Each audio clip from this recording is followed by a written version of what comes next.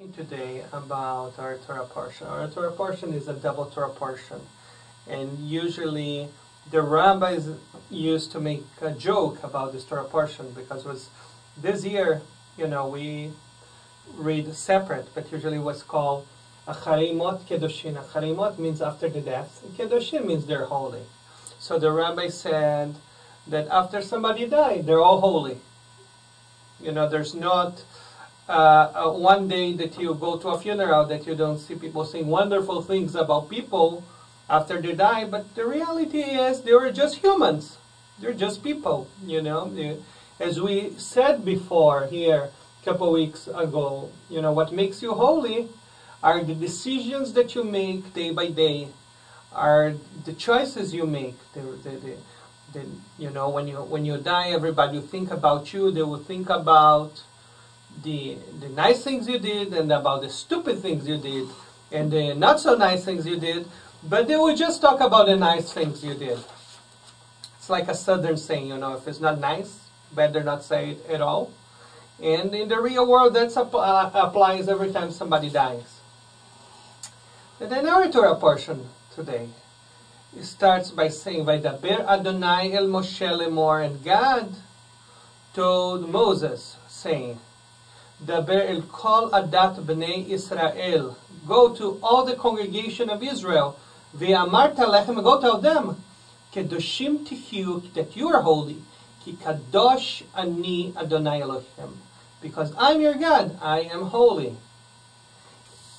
Ishimo ve'avi tida'u, ve'it shabbatotai tishmeru, ani Adonai Elohim. Okay, sorry. Let's talk about something that is very important about the Torah portion. That's right here in this line. It says that you should revere your father and your mother, and you should keep my Sabbath.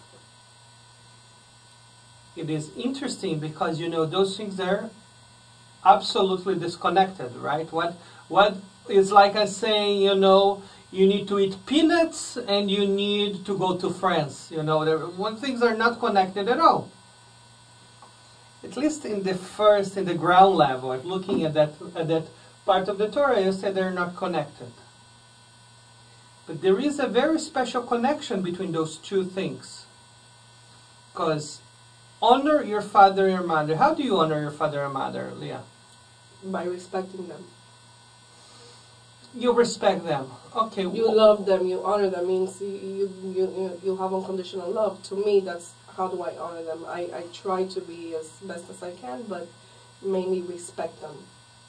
And respect their decisions and I don't know, by keeping an open mind, I guess. Okay, and how do you honor God? That's a difficult one. That's a tough one, right? Well, you should honor God by me, for instance, by doing the right thing. If I choose to do the right thing, then it means that I'm following what God's commandments. Right, but one would say you're doing the right thing, maybe because you don't want to go to jail. You're doing the right thing because it's the right thing to do. No, because it's the right thing to do. It's not about what's best for me. It's not about what I'm going to gain out of it. It's about making the right decision. Either I can be wealthy by doing some type of business that I shouldn't be doing, and not do the business and not be wealthy because it's the right thing to do. Okay, very good. So we do the thing that is the right thing to do. And this is the point. When you honor your father and your mother, it's something that, the real answer is that depends how old you are, it's what honoring is. When you're a child, to honor your parents means do whatever they tell you to do, right? Unless you're going to destroy yourself, right? Now, why God wants you to keep His Shabbat? And this is very interesting because really God is like the boss that has everything. There's nothing you can really give God. Have you ever tried to give a gift to your boss or to a rich guy? You say, oh, but he already has 300 Versace ties. He already has 500 suits. There's nothing really we can give that. And God is, there is a saying in Aramaic that is kal v'chomer, much more, means much more God will not need anything that we can do for Him. So what do? we witness the creation, which is the Shabbat. It's the day that God himself rested. And by witnessing the creation, by being part of that connection, we are honoring God, because we're respecting the labor of his creation that he started one day and is not over yet. It's our job to make this creation go on in our generation.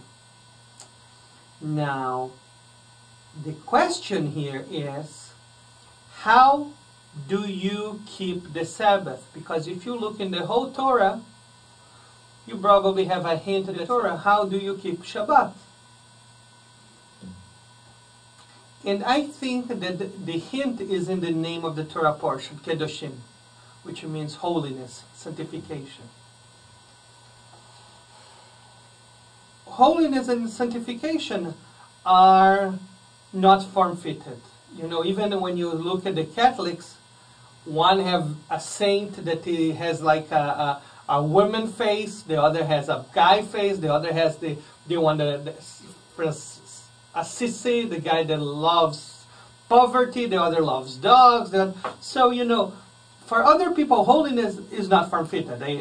They have different saints that they activate, different icons that they activate according to their needs. Like your computer screen, they have their icons, and if they want like a saint to sell their house, they have one that they press there, they plant him upside down in their yard, and they'll sell their house. Right? They have different